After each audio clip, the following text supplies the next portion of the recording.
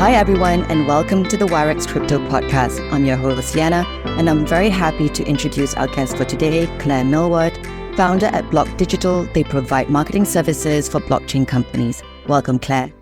Thank you so much, Lianna. It's brilliant to be here. Yeah, and in today's episode, we're diving into the world of crypto marketing campaigns. We'll discuss what it takes to make them successful, sharing practical strategies and insights to help marketers navigate this fast-paced industry. So Claire, before we start, could you tell us about your professional background? Yes, absolutely. So I studied a triple major at the University of Cape Town. I did organisational psychology, economics, and media and writing. I kind of learned about marketing on the side. I got a part-time job in my second year of university, doing social media for an online furniture company. And, this was in 2015, so you couldn't necessarily study social media at that time. So alongside my studies, I always had, part-time jobs kind of in social media and digital marketing, which was really exciting. And then leaving university, I knew that I wanted to work in the tech startup space. This was because of its innovative and disruptive nature. It was a time where, Airbnb and Uber Eats were sort of infiltrating our society. And I was really fascinated, and I really just wanted to get stuck in. And I was really, really lucky. I got an incredible opportunity at a company called Nomad Now, which is South Africa's very first end-to-end digital hiring platform. So it's modeled on being the Airbnb or Uber for professional services, and ultimately it's a marketplace that removes the middleman in the recruitment process. I was the head of marketing at Nomad Now for 3.5 years, and it was extremely fulfilling, and I loved the startup environment. I loved working in a small team. I loved the fact that you could just get your hands dirty and you could get involved in so many different things, and ultimately you had a lot of responsibility, and I worked with really incredible people, including Ross Payton, who was the founder. That was just such a brilliant first job to be in, and I'll always be so grateful for that. At the beginning of 2020, I ventured into the blockchain and crypto space, continuing my passion for being at the forefront of tech. I started as a freelancer in the beginning of 2020, and I've managed to service over 11 clients all over the world, in Switzerland, Melbourne, Australia, London, England, Cape Town, South Africa, in Bolivia, in Amsterdam, in the Netherlands. It's been incredible to gain that global experience. I was super lucky to gain some really incredible experience in Zug, Switzerland, which is Crypto Valley. The Crypto Valley has been voted as the world's most mature blockchain hub by CoinDesk. And it was incredible to gain experience in such a pioneering environment. And in an environment where ultimately, the focus in terms of blockchain and crypto was real life utility over speculation, and how blockchain can be applied in real life situations and how it can improve existing systems and infrastructure. So I was so, I just had the best time with my clients in Crypto Valley. And most notable was my work with CV Labs and CVVC. So that's Crypto Valley Labs and Crypto Valley Venture Capital. And I would say that these companies, are the center of the Crypto Valley and a reason why Crypto Valley is so renowned. In the beginning of 2024, after 4 years of freelancing, I decided that I would like to scale my freelance operations. I've always wanted to be an entrepreneur. I've always wanted to build something of my own. So what I'm doing now is I'm in the process of launching Block Digital, which is a marketing agency for blockchain businesses and emerging tech businesses. And the aim with Block Digital is to grow a team and to scale my freelance operations. So to grow the team and to, gain more clients. And ultimately, my aim is, to make the blockchain space and the Web3 space more accessible for Web2 users and for everyday people. And ultimately, we want to, create impactful communication strategies and social media content plans, which turn blockchain crypto topics into simple and easy to understand layman's terms. So it's pretty simple, right? It's basically making blockchain and crypto more accessible for the everyday person, because I don't necessarily believe that crypto and blockchain is going to take over the world, but it is going to be a big part of our everyday society. And my big passion is, bringing these topics and these businesses into the periphery of the everyday person and Web2 users, and helping people to, make that mental shift from Web2 to Web3 and understand how blockchain and crypto is going to work in the future or in the now to upgrade and enhance existing systems, such as, financial systems. What was really exciting actually is that I worked on a campaign with Wallet and Telegram with one of my previous clients on Rampa, whereby now Telegram has a crypto wallet. So every single person that uses Telegram is able to literally buy crypto through Telegram, which I just think is so exciting. That's a bit of my professional background. It's always a little bit awkward talking about yourself, but I hope that I could do my experience justice. But yeah, if you want to chat further, just reach out on LinkedIn, or I'm sure they'll leave my email address in the description. Amazing. And, and I think it's beautiful what you're doing, building that bridge, right, to connect Web2 users to Web3. So what defines a successful crypto marketing campaign, in your opinion? So I think we have to go back and look at what is required of crypto marketing campaigns. And at this point, trust is a huge part of what is going to help crypto and blockchain adoption. And so a successful campaign is rooted in the objective of building trust and building credibility. So what would characterize a successful campaign is having meaningful and credible parties coming together to jointly push an impactful and useful crypto narrative. So I just mentioned the Wallet and Telegram integration with OnRamper, which is a fiat to crypto aggregator.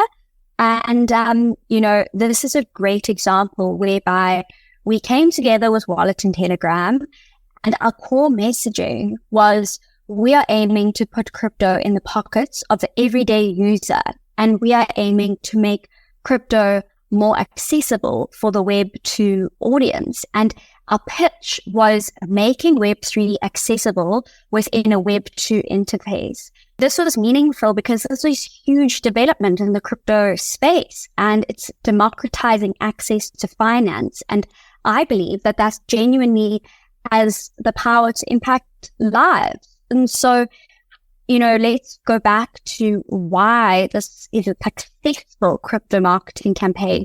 Number one, there was a strong message behind it. And the message behind it was that we are making Web3 accessible within a Web2 interface. And secondly, we want to put crypto in the pockets of the everyday user. So that, the messaging behind it was very strong.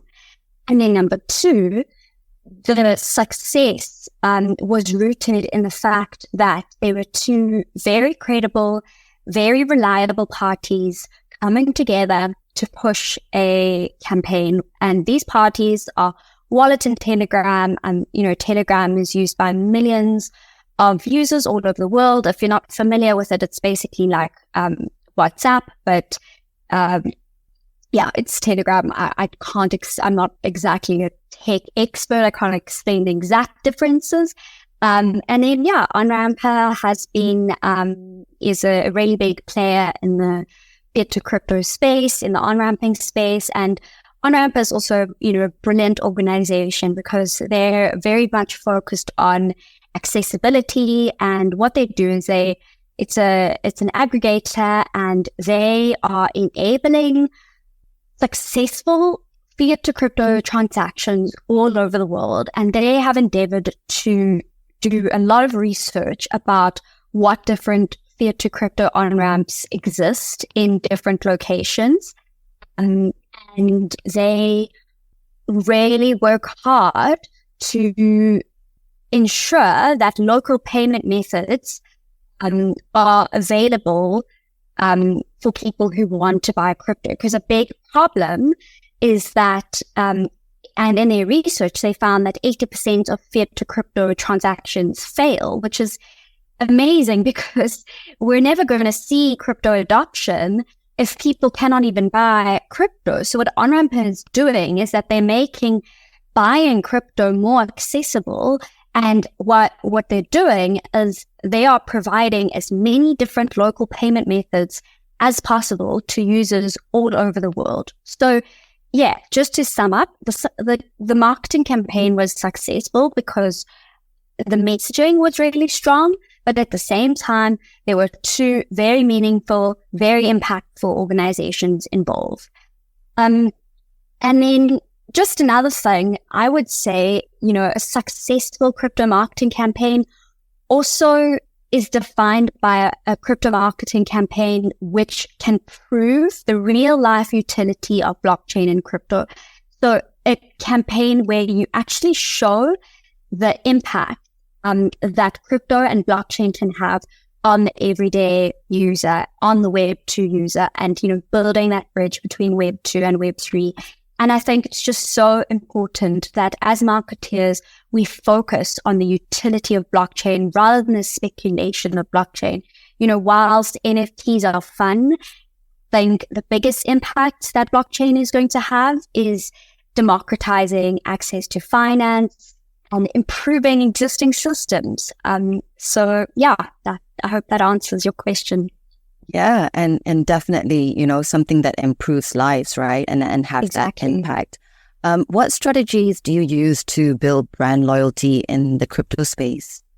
Cool. I define brand loyalty as when the audience is emotionally invested in the brand and the development of the brand and, in the business. They want to see the business succeed, and they want to see the behind the scenes of the business. So when the audience is truly invested in the brand, that for me is brand loyalty. And when the audience says, wow, when the brand wins, I also get a feeling of winning, that is brand loyalty. So that's just my definition.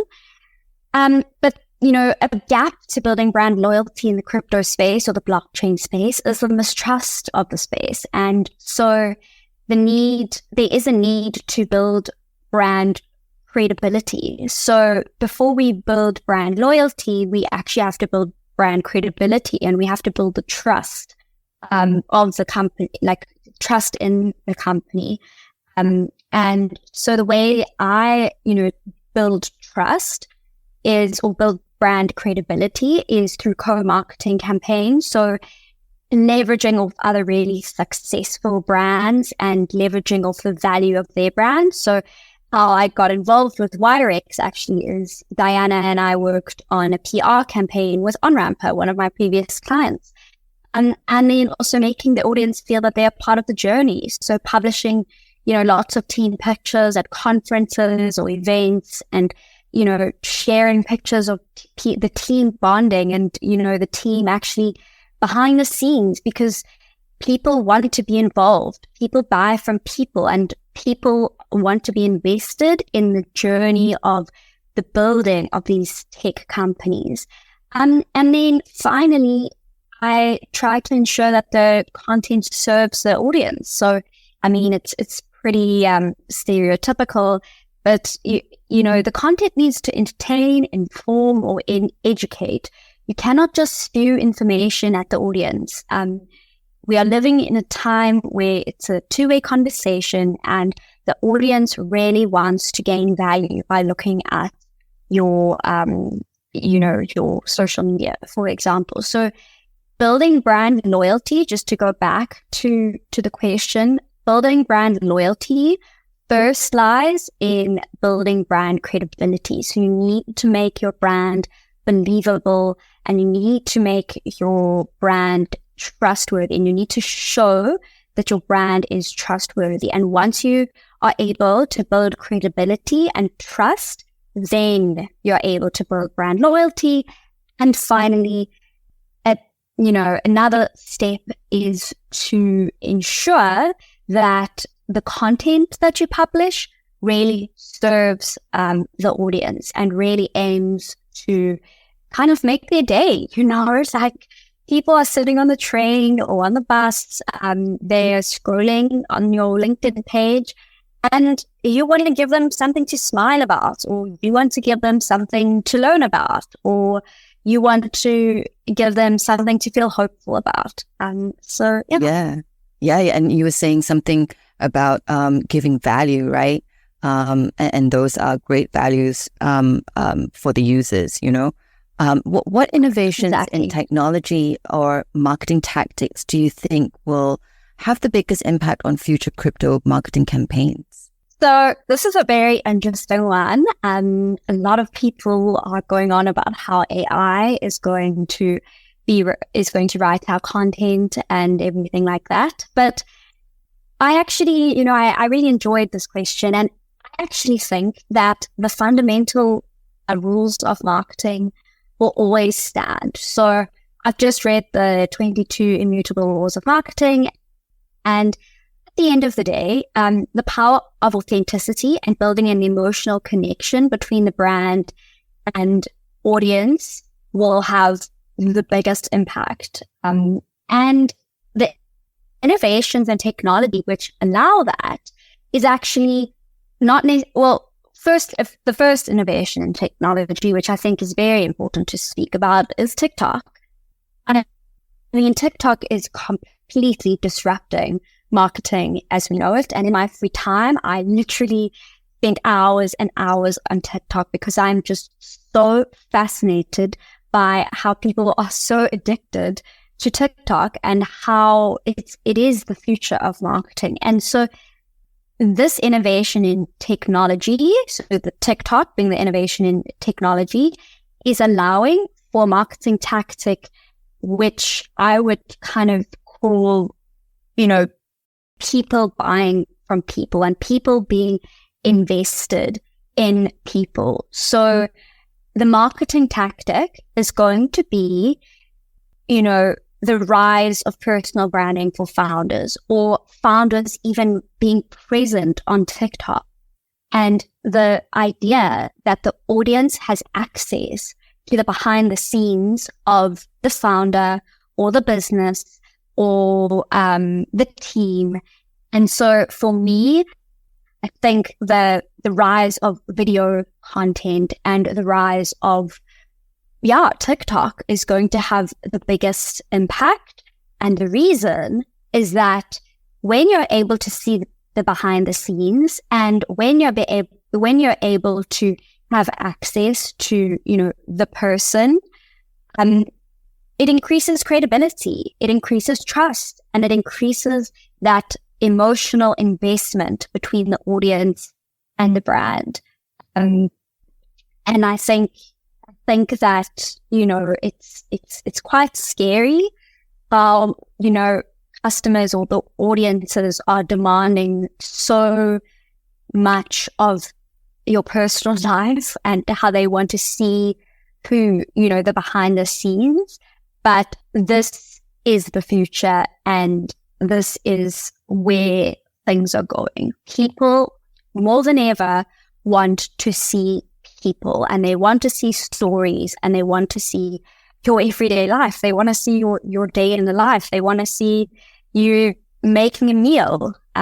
So yeah.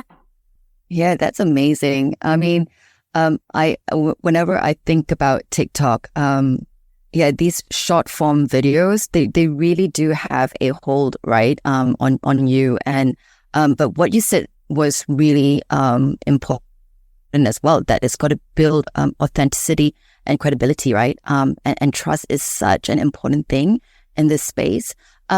So can you share an example of a crisis that you've managed and the lessons that you've learned from it? Yes, of course. Ultimately, sharing the wrong content happens really easily. And I think we've seen this with huge brands, and people kind of say, well, what happened? I think the recent Bumble relaunch is a very good example of a huge crisis. So firstly, I want to say that, crises in marketing are pretty common. And, as audiences or as social media users, I just want to say, please, be patient and be kind, because at the end of the day, everyone's just trying to do their job. But ultimately, sharing the wrong content happens really easily. You could, put a wrong logo, or you could put a wrong, you could have an error in the details of your text. But for me, I try to not see these as crises. So on the days where there are like big launches taking place, for example, the Wallet and Telegram launch happened, at a conference, and I was kind of not live streaming, but like live tweeting, I would say. And at the end of the day, I try to see these days as being in a newsroom, being in my very own little newsroom. And I understand that on those days, I need to be glued to my computer, I need to be reactive, and I need to make changes live. So an example of a crisis would be sharing a wrong logo, or sharing wrong information, or sharing having textual errors. But how I manage is I literally just, on those days, I try to be glued to my computer, and I think of myself as a journalist in a newsroom, ready to be reactive. The lessons that I've learned from this is that you have to stay calm. You have to be kind to yourself and understand that, things do go wrong. You have to understand that planning is absolutely critical, and you need to try and get the skeletons done as soon as you can. So, with CD Labs, I used to work on conference content, so sharing the most important information from different talks at their conferences, which was super exciting. But we would, write the skeletons for the posts before, and then we would create a smooth workflow for, obtaining the information in real time, writing out the posts, getting approval from the key stakeholders, and then publishing the post. So I think, in marketing, and this was actually a general lesson for marketing, is that, you need to be as organized as you can. Planning is so critical. You need to lay out step by step what you're going to do in like high pressure situations. And then the second thing is just to be kind to yourself, to understand that no one is going to die. It's just marketing. It's not, you're not saving lives. You're not a doctor. My brother is a paramedic. His stuff is pretty, stressful. But I think it's also about taking a step back and, seeing the big picture. So, yeah. Yeah. But you were also saying being ready to be reactive, right? Because in those situations, I would think, you kind of need to have that awareness so that you can quickly troubleshoot or solve anything that any mistakes that have gone out, what do you do next, right? So yeah, definitely very, very valuable what you've just shared there. How do you ensure that your marketing campaigns comply with regulations in various jurisdictions? So this is very interesting, and I luckily, I have not had to deal with this as of yet, but I thought about if I did. And ultimately, what I would do is I would spend quite a lot of time working on the communication planning. And often this is overlooked, but you really need in marketing, and especially in crypto and blockchain marketing, you really need to spend time crafting your boilerplates and your standard text for teams to use. And what I would do is I would, create a hard-hitting boilerplate. I would look at that boilerplate and I would say, okay, what about this boilerplate does not comply with the regulations, for example, in England? And then from there, I would rework the boilerplate with different messaging, but ensuring that similar or the same messaging is still conveyed. So I think just spending a lot of time focusing on semantics and creating communication plans and boilerplates, which comply but also serve the messaging needs of the brand. I just want to iterate again, like boilerplates are so important. And what I'm hearing from you is, even in the previous question, is that planning is so essential. Definitely. Yeah. Which social media platforms are most effective for crypto marketing, and why do you think so? It's very interesting. So in the beginning, right, how I think, crypto marketing started, and I could be completely wrong, and forgive me if I'm wrong, but, it was the developers sitting behind their computers while they were building in public. They were building in public basically because what they were doing was tweeting about their projects. They created Discord channels. And I think this is really amazing because that's how the whole essence of the crypto communities started, and how people, really began to be so invested in different projects. At this point, so for like more, like neutral mainstream brands, so brands which aren't like maximalist, definitely, LinkedIn is a really powerful tool. LinkedIn is just incredible at the moment. The power of it is just, I could go on about it for days. But then for the more technical projects and for projects which have been going on for longer, I would say Twitter is definitely the place to be. So it kind of depends who you are speaking to.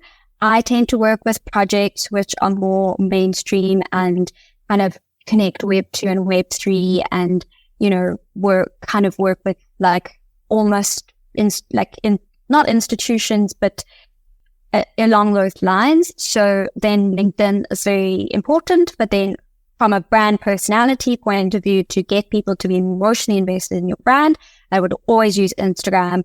That's where you post your personal photos and your team building photos. And that's where you really, really get your users and audience to really feel like they are part of the brand.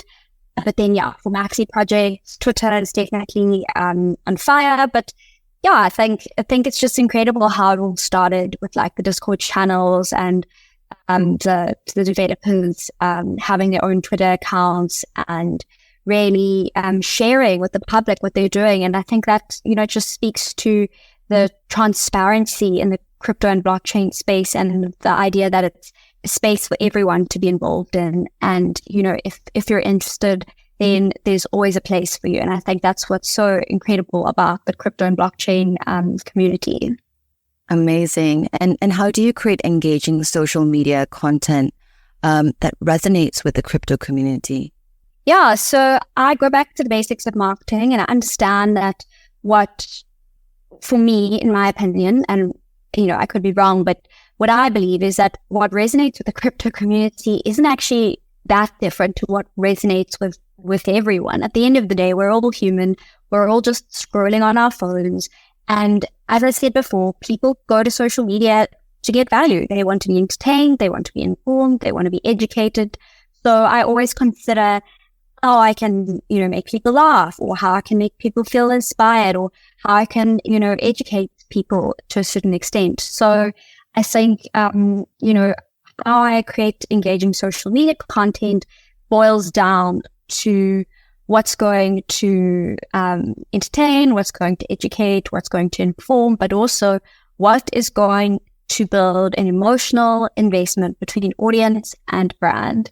And so I think at the core of it is actually creating a brand personality strategy for the social media platforms and saying, if the brand were to walk into a bar, who would they be? What kind of person would they be? What would they say? So my process is actually creating the brand as if it were a person, and then from there, defining what that brand would say on social media if they were a person. Yeah, that's so interesting. And how do you manage and enhance the online presence of a crypto brand, for example? Yeah, so from a management point of view, how I always start is I go through the brand personality strategy process, which is based on an academic model by Aker. And then so that's also just, defining if the brand were a person, who would they be? What is their lifestyle? What adjectives describe the brand? Then I create a narrative strategy. And this is sort of what is the brand's perspective on different crypto topics? Are they a maxi? Do they believe that crypto will never be adopted worldwide? We need to understand what their viewpoint is on certain topics, and also understand if they want to speak about different topics. So we craft like a narrative strategy. Then I do a content pillar strategy. So I say, okay, cool. In your brand personality strategy, you said that your brand is a fit person. So therefore, in your content pillar strategy, maybe once a week you post that you're going to run by the ocean, Then from there, I create the content each week alongside the imagery that goes with it. Either I give the directions to a graphic designer, or I find real life pictures. I'm very, very, very passionate about using real life pictures and photo and selfies. And then from there, I measure the performance of the content week on week through a Google Sheet, and I see what content works. And basically, I actually just iterate on the content every week based on which content the audience is engaging with the most. So, for example, if Meet the Team sort of post is doing really well, then I'll go back to the team and I'll say, okay, cool guys, looks like your audience really wants to know about the team. How can we create more posts that are centered around the team and the team's experience? And then to enhance it, I constantly iterate and update the strategy using numbers. So I see, but as I said, I'm kind of repeating myself, but I look at which posts perform the best. Then I go back to the team and we kind of brainstorm on how we can create similar posts. And then we just, go from there. Yeah, definitely looking at which post has the most engagement, right? Exactly. Awesome. And what are the most critical areas, where you allocate your resources and why? So I would say the most precious resource is time. So in terms of the critical areas where I allocate this resource of time, I would say it's actually in writing.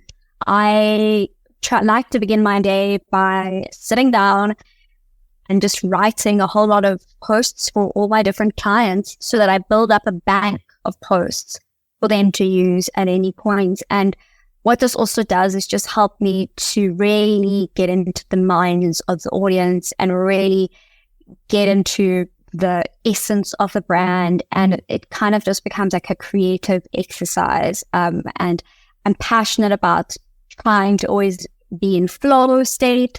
So I would say the critical area is sort of writing and cultivating a flow state, and I allocate the resource of time. And the reason is that I just believe that that's where the best ideas come from, like when you're in that flow state, and that's where your ability to create interesting strategies and problem solve and to be creative. At the end of the day, I'm paid to be creative. So whatever helps me to come up with the best and most creative ideas, that's where I need to, be allocating my resources. Yeah, it kind of brings it back to the planning stage, right? It's just planning and just, and in a way it is planning, isn't it? Like, the writing and just creating those different content to have that bank, right? That's totally helpful. What emerging trends do you see shaping the future of crypto marketing? Well, so at the moment, what's shaping the future of marketing in general is the rise of personal branding and having a personal brand and building out a LinkedIn presence. And why? And I think that will also shape the future of crypto marketing, right? Because crypto and blockchain is going to be adopted by more and more people. And, I'm focusing on building that bridge between Web 2 and Web 3. So I have to look at what is shaping the future of, mainstream marketing, and then how can we bring that into crypto and blockchain? Because my aim is to help companies reach, the Web 2 users or the non-crypto natives and bring them into this space. So I would say personal branding, building out our presence on LinkedIn, people want to see the behind the scenes, as I mentioned before, and then more authenticity and credibility. We're living in the creator economy. Yeah, so I hope to see the rise of crypto TikTok because a big barrier to the crypto and blockchain space is education and awareness and people actually understanding what the technology is and how it's going to shape the future of the world and how it already is shaping existing systems and how it's allowing access and, democratizing finance. So I'd like to see the rise of crypto TikTok and, any trends which are going to help build trust in the space and anything that will enhance credibility, authenticity, and brand personality that is going to shape the future of crypto marketing, in my opinion. That's amazing. Thank you for that. What advice would you give to someone just starting in crypto marketing? I would say you really need to spend time upskilling yourself and educating yourself. I think you need to understand the basics of crypto and blockchain, and you need to really you really need to understand the tech, and especially when you're freelancing in crypto marketing or blockchain marketing, sometimes the companies, they won't necessarily allocate time to you understanding the tech. And I think what's quite interesting is, I actually was writing this LinkedIn post for Bitcoin Pizza Day the other day, and, I said, ultimately, we don't necessarily say, okay, let me use Erlang and then let me stalk some colleagues with HTML or CSS, and then let me finish my day with some React Native. We say, let me send a WhatsApp, then let me go on LinkedIn for a bit, and then I'll end the day with Instagram. Now, what I'm saying here is that WhatsApp uses a programming language, Erlang. Forgive me if I'm pronouncing that wrong. LinkedIn uses HTML, CSS, amongst others. And Instagram uses React Native. Now, what we need to understand is that blockchain needs to be understood is that underlying infrastructure and tech. Blockchain is the rails on which new tech is built, just as Erlang, HTML, CSS, React Native are the rails on which WhatsApp, LinkedIn, Instagram are built on. We know the terminology iOS, and all that is a programming system. And at the end of the day, blockchain is also just all about updating existing programming systems. So, for example, when you send money, you use SWIFT, credit cards, and debit cards. But then, if we look at what the underlying infrastructure and tech for blockchain is, or not blockchain, for Web3, to transact Bitcoin, you use the Bitcoin blockchain. For smart contracts and dApps, you use the Ethereum blockchain. For fast and low cost cross-border payments, you use Ripple. So ultimately, Web 2 technologies refer to the evolution of web applications that enable user-generated content and usability, such as social media and cloud services. And then Web 3 technologies focus on decentralization, blockchain technologies, smart contracts, and and the, enablement of peer-to-peer interactions without intermediaries. So if you are starting out in crypto marketing, you need to understand what crypto and blockchain is, for starter. And then secondly, you need to understand the impact and the real world utility and the value add that this is going to have for the world. Because as you can probably hear, I'm very passionate and excited about this. And I believe you need to be excited about your job, right? And so I think ultimately understanding the impact and the value is actually going to make you a better marketeer, because you're going to feel inspired, you're going to feel hopeful, and that will, reflect in your work and in the passion that you can create. So, yeah. Amazing. And also, I guess, understanding, what the whole landscape is all about, right? Because then you can navigate and you can help guide people to navigate the space. So is there anything you'd like to add, as final thoughts? I know. Okay, I think I've given quite a lot of descriptions. You have. Yes. It's been amazing. Thank you, Claire, for being part of today's pleasure. And sharing your expertise with us. Thank you so much. Really appreciate you. Absolutely. And to all our listeners, I hope you've enjoyed this conversation. Don't forget to express your support by liking, subscribing, and sharing this episode. Thank you for tuning in, and until we meet again, stay well.